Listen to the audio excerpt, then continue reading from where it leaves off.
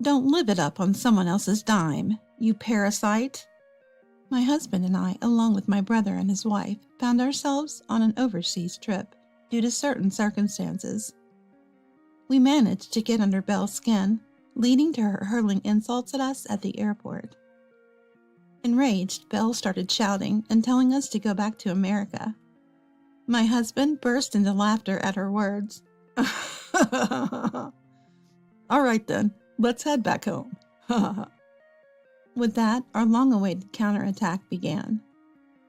My name is Catherine. I'm a 41-year-old housewife. I work at a supermarket checkout and have a good relationship with my colleagues. My husband Luke is 3 years older than me and works for a major electronics manufacturer. He's currently the manager of the General Affairs Department and is rumored to be a candidate for the next department head. My husband, who is deeply trusted by his subordinates and is very dedicated to his work, is a source of pride for me. One day, out of the blue, my brother Mike, who is a lawyer, paid us a visit. My brother and I have always been close, often sharing meals together. My husband has treated my brother like his own, and the three of us going out for meals was one of my joys. However, since my brother got married, these outings have become much less frequent. I've been avoiding Belle, my sister-in-law, because we don't get along, which has also reduced the time I spend with my brother. And now, suddenly, my brother had come to our house. Naturally, my husband and I were both surprised and asked him what was going on. I need a favor from you guys. We could tell something serious was up from the grave tone in which my brother started the conversation. He pulled out several photos and a voice recorder from his pocket and spread them out on the living room table for us to see. Belle, she's cheating. There in the photos was Belle, arm in arm with a man, presumably her lover, heading to a hotel. The voice recorder contained Belle's voice, affectionately talking on the phone with her lover at home. Conclusive evidence of her infidelity was right there. While Mike is at work, what is she doing? This is unbelievable. I was more furious than the person involved. It's absurd to stay silent when your dear family is being treated so terribly. I stood up from the sofa, pointing at the photos and raising my voice. But my voice halted abruptly when I saw someone in the pictures. Hey, Mike, the person in this photo is... Just as I thought. I came here to confirm that too. Convinced by my brother's words, I exclaimed in surprise. What? My sudden outburst startled my husband, who clutched his heart and said, You scared me. Don't shout all of a sudden. What's going on? This guy, he was my classmate in middle school. He was known for playing baseball, being irresponsible, and being a notorious womanizer. As I pointed to the face of the man in the photo and explained, this time it was my husband who raised his voice. You're being loud too, I sternly told him, to which my husband gave a wry smile and sheepishly scratched the back of his head. Unfazed by our shock, my brother continued. I'm going to divorce her, but honestly, I can't stand the thought of just letting her get away with this, so I need your help. Help? With what? My husband was puzzled by my brother's request. My brother explained that he wanted to ask if my husband's friend David could help. Honestly, I don't think anything I or Catherine say will affect her. She might be scared of Luke's dad, David. I think he could really make an impact. Come to think of it, at our wedding, she was terribly scolded by David and ended up crying. I remembered at our wedding, when Belle, who was still just dating my brother, came into the dressing room. Until then, I hadn't had a bad impression of Belle. I thought her over-the-top behavior was just teasing, so I mostly ignored it. But it turned out she was mocking me. The turning point was during our wedding. As soon as Belle entered the dressing room, she burst out laughing at me. Pointing at me in my bridal gown, she started mocking me. You? In pure white? You're already pale and chubby. The white dress just makes you look even bigger. Belle was taking pleasure in ridiculing me. I was about to snap at her, despite her being overweight herself. But luckily, my father-in-law David was there too. He had been quietly reading a book nearby until my husband returned to the dressing room. David closed his book, slowly approached Belle, and began to confront her. "Hey, you! What do you think you're doing? Speaking like that to my son's bride?" Belle's inexcusable remark had caught David's attention, and now this formidable man, easily over 6 feet tall, was towering over 5-foot-tall Belle, intimidatingly demanding her to repeat what she said. David, naturally intimidating with his rugged features, would scare anyone at such close quarters. As expected, Belle looked like she was about to cry. "It's not like that. I was just teasing, that's all." Belle's pitiful excuses didn't convince David at all. "Teasing? You find it funny to say such things? How old are you? You're not 3 years old to say such ridiculous things." David, with his sound reasoning, pressed Belle, who was clearly shocked and started to cry, apologizing on the spot. I had to intervene to calm David down, as he seemed relentless in his scolding. Remembering this incident, I explained the situation to my husband, who immediately called David. "Hey, Dad, it's been a while. Actually, I need a favor. Do you have a moment?" "Huh, long time no see. A favor, huh? If it's about money, I can't help you." David joked heartily as he laughed. David, a straightforward and hearty man, is sincere and dedicated in his profession. He works in construction, traveling around the world. Currently, he is living in Indonesia, moving from one developing country to another. Bringing up such a matter to David, I knew it could lead to a scolding or being a nuisance to him, but we were prepared for that. My husband thought it would be better for my brother, who could explain the situation more calmly and accurately, to talk to David. We entrusted everything to my brother and asked him to explain the situation to David. Upon hearing it, David was furious. "That woman! I won't be satisfied until I show her a piece of hell. I'll re-educate her myself." David, being family-oriented, was angrier than any of us and readily offered his help. Thus we decided on our revenge against Belle. When discussing how exactly to get back at Belle, David unsurprisingly suggested bringing her to him. "Unfortunately, it's still difficult for me to return to America. Why don't you bring that woman to Indonesia, telling her it's a trip abroad?" Contrary to our confusion, my brother was quick to respond. "Is that okay? I can bring her to Indonesia, but what should we do after that? Has the woman ever worked outside the home?" David seemed to have something in mind, as he first inquired about my brother's domestic situation. "She used to work in medical administration before marrying me, but has been a housewife since. She said she wanted to properly keep the house, and all that." "What a load of nonsense. Luring men and then talking about keeping the house. I've decided, when she comes here, making sure her plane ticket is one way only." "What do you mean, David?" We all exchanged surprised glances at David's statement. While we were confused, a mischievously laughing David could be heard on the other end of the phone. "I'll take care of that woman for a while. I've been short of hands and looking for help. Let her work hard for a while, maybe get in some exercise too." David's words were laden with meaning, and I could almost see his wicked grin. I hear evil laughter. I swear never to make an enemy of this man, I thought to myself.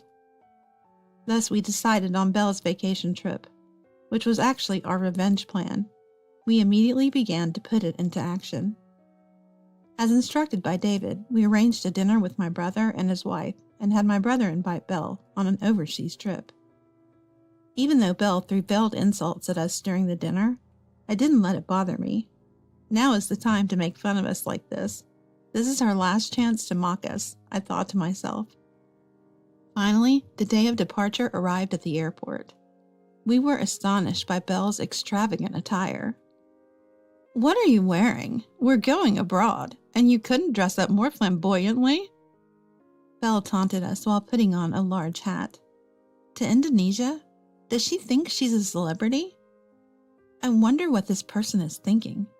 Are you planning to be a celebrity? Walking beside her was embarrassing, so we kept our distance and confirmed the plan with my brother. Having finished with baggage and security checks, I started whining to my brother about being hungry. Mike, aren't you hungry? I want to fill my stomach before we go. Me too. I don't want to feel sick on an empty stomach. Then shall we go to a restaurant? Wait, if we're going to a restaurant, let's split the bill. We're already paying for your trip. Belle insisted. As expected, Belle, who is very particular about money, reacted to our actions. She had even had a big argument with my brother over paying for this trip. Despite not earning the money herself, she was acting all high and mighty. My brother and I exchanged glances and laughed. Careful not to let Belle notice, as everything was going according to plan. We headed to a floor lined with restaurants and entered the most expensive one we had researched beforehand, ignoring Belle's attempts to stop us. We ordered the priciest dishes, 2 per person, and decided to drink wine. A whole bottle of wine was prepared, and the bill came out to a substantial amount. Wait a minute. You guys are paying for this, right? We're already spending most of our money on this trip. Belle was truly obsessed with money. Without a word, I handed the bill to my brother, who paid with his card. Belle, seeing this, started yelling at him. What are you doing? Why are we paying the whole amount when they're the ones eating like fools? We invited them on this trip, right? It's only natural to treat them to a meal if we want them to enjoy themselves. I can't believe this. Are you out of your mind? Belle continued to shout, regardless of being inside a restaurant. Successfully irritating Belle, we paid and finally boarded the plane. We enjoyed our flight in the first-class seats my brother had reserved. This too was part of the act to infuriate Belle. Throughout the flight, my husband and I continued to raise Belle's tension, enjoying expensive wines and appetizers. Belle, unable to scream on the plane, was visibly seething with anger. We found the entire situation amusing and continued to indulge in luxury while infuriating Belle. We can't help but find the scene strange. I was enjoying a momentary luxury as I continued to increase Belle's anger gauge. After nearly 8 hours, we finally landed. Though I wanted to stretch my legs after landing, we had one final act to perform. My husband and I, along with my brother, stopped at various souvenir shops in the Indonesian airport and bought a range of local products. What are you doing? We just got here. But we might get hungry at the hotel, right? Mike, can we buy this too? Sure, go ahead. Luke, you too. Don't hold back. Thank you, Mike. We ignored Belle and kept buying items, filling our basket with local specialties and unique shirts. With our hands full, we started heading to the car that was supposed to pick us up, and that's when it happened. Enough is enough, you guys. As we were leaving the airport entrance heading towards the parking lot, Belle suddenly screamed. The 3 of us exchanged glances and signaled each other with our eyes before turning dramatically towards her. What's wrong, Belle? You're shocking everyone around us. What's wrong? Your nerves. How much of someone else's money do you plan on spending? Mike, aren't you being ridiculous? Why? It's a trip. We're supposed to enjoy it. If we don't, there's no point in bringing you along. Belle, frustrated with no one taking her side, finally lashed out at us. Don't luxuriate on your husband's money, you parasites. We don't need you. Go back to America right now. My husband burst out laughing, as if he had been waiting for these words. Our long-awaited moment had arrived, and our counterattack was about to begin. All right then, let's go back. Laughing at Belle's words, my husband and I turned towards the airport, pretending to leave. Go. You're in the way. We're staying. Just go back on your own, you beggars. Her words were like those of a small child trying to stand up for themselves. My husband and I struggled to keep up the act, as we couldn't help but laugh at her ridiculous outbursts. Should not. We need to stay composed.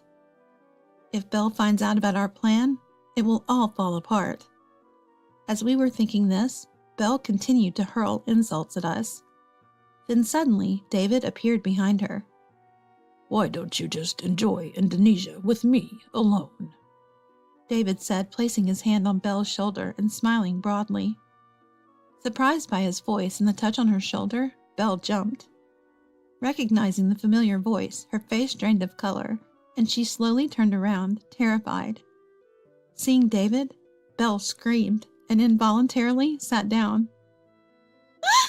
Her ridiculous reaction made everyone but Belle burst into laughter.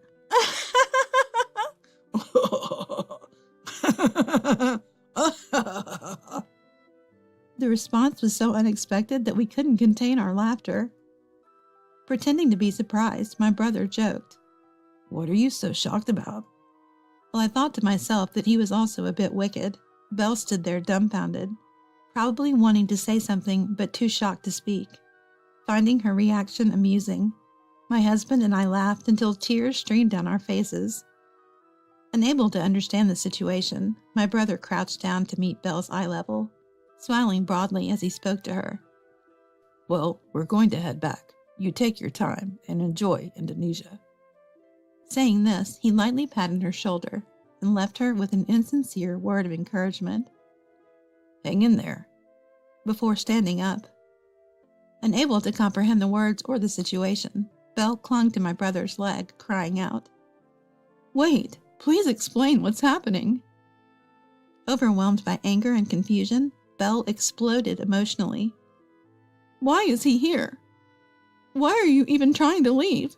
What about me? You're just going to leave me here alone?" "You were the one who said Catherine and the others should go back. I only came on this trip because they were here. I never wanted to enjoy it alone with someone like you." "What?"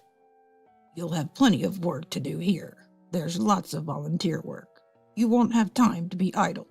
Leave the rest to me." With that, David pried Belle off my brother, holding her firmly to prevent her escape.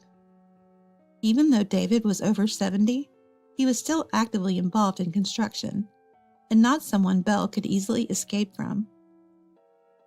As we three were about to leave Belle behind, she remained caught by David, screaming towards us. "Coward! You've been deceiving us from the start." "Who's the coward here? This traitor?" My words were sharp, and I glared coldly at Belle. "You, I will never forgive. You'll pay dearly for hurting us." "Too bad for you. Good luck with everything. Bye." With that, my husband and I, leaving Belle still making a scene in David's arms, boarded the plane to America. Belle, penniless, had no choice but to earn her way back from Indonesia. Of course, that wasn't her plan. Unable to take a part-time job, she resorted to volunteering and scraping together small amounts of money David gave her to save for her return. But earning money was harder than she thought.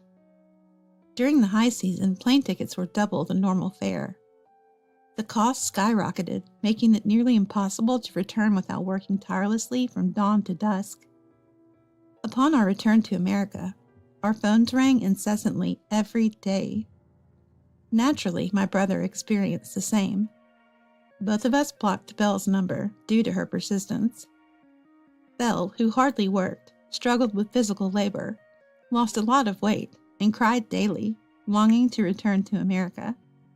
After nearly 3 months, as her visa deadline approached, David contacted her, signaling it was time to return to America. Finally, the climax. I thought our revenge on Belle was over. On the day we went to pick her up, we approached the airport with solemn faces. "There! How dare you leave me behind that day? Why are you here?" Seeing Belle upon her return, she was thin and sunburnt from working outside, clearly showing how much she had been exploited by David. Her changed appearance made it obvious. We greeted her with smiles. Her anger at being abandoned surged, but her loud voice quickly faded into a whisper, because there was another person with us, my brother and my husband, and one more. "Belle, I'm sorry. Let's break up." To everyone's surprise, the person we brought was Belle's lover and my former middle school classmate. Actually, while Belle was in Indonesia, we had been in touch with him. Luring him to my house was easy, then confronting him with my brother was even easier. We laid out all the evidence of his affair and made sure he knew we were aware of his family. Do you understand the consequences if I take this to court? We cornered the lover. Tears flowing, he immediately begged my brother for forgiveness, pleading not to tell his family, promising to do anything. Hearing this, my brother successfully convinced him to agree to break up with Belle in front of us upon her return. This is how we brought him to the airport. Wait, this can't be real. Why? Why are you here? Break up? Wait, why in front of him? Belle was exhausted, and this turn of events was overwhelming. It's no wonder her thoughts couldn't keep up. Panic was evident on her face, fearing the revelation of her affair, but it was too late for her. We felt no sympathy for her, nor did we owe her any explanation. My husband and I silently watched my brother's actions, glaring at Belle. You must have had your fun until now, haven't you? No, please wait. It's not like that. Please, don't say anything more. Our life together ends here. Let's get divorced. No, I don't want that. Please. I won't ever do this again. I'll live honestly from now on, so please don't talk about divorce. Belle, back in America, was in utter disbelief and cried hysterically. Abandoned by her lover and now disowned by her husband, she experienced true despair. I watched her cry and scream with cold eyes, realizing how much a person can lose control in such a situation. Please, I'll do anything, just not divorce. Belle clung to my brother's legs, sobbing and pleading. She seemed not to care about the eyes of those around her. You said anything? Hearing her say anything, I walked over to where Belle was. Noticing my approach, Belle clung to me, apologizing profusely and begging. I'll do anything. I'm sorry for everything I've done to you. Please persuade him not to divorce me. If anything means anything, then never show your dirty face to us again. Honestly, just seeing your face makes me sick. I spoke these harsh words to Belle, who was crying and begging, filled with all the resentment and hatred I had. Hearing this, Belle fell into deeper despair and was at a loss for words. After that, everything happened very quickly. Exhausted, Belle didn't argue back and was practically dragged home by her brother and the person she had cheated on her spouse with, where they started the divorce proceedings. Belle was in a daze for a while, bedridden and barely able to eat, feeling cornered, but she knew it was her own responsibility. No one was supposed to feel sympathy for her. Eventually, Belle recovered enough to hold a conversation, and she got divorced from her husband. Now she's living a life just manageable enough to get by all alone. And so our peaceful daily life returned, and we decided to thank David again. Back then, I did pay my brother back for the huge shopping and dining expenses, but to my surprise, he refused to accept it. You guys made my divorce and revenge possible. Let me pay for this. I'll thank you properly later. So we decided to graciously accept his offer. This time, we ended up going to Indonesia for a celebration party. We enjoyed the trip, relishing the cuisine we couldn't fully appreciate during our last visit, and we got a chance to see the architectural work David was